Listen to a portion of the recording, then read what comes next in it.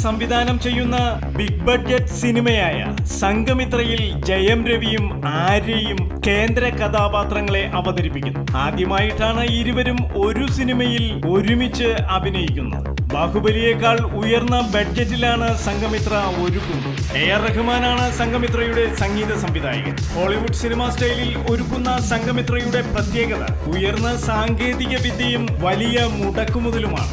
ജയം രവിയുടെയും ആര്യയുടെയും ആരാധകരെ രസിപ്പിക്കുന്ന ചേരുവകളെല്ലാം പാട്ടും ഡാൻസും ഫൈറ്റും കിടിലൻ ആക്ഷൻ രംഗങ്ങളും സംഘമിത്രയുടെ വലിയ പ്രത്യേകതകളാണ്.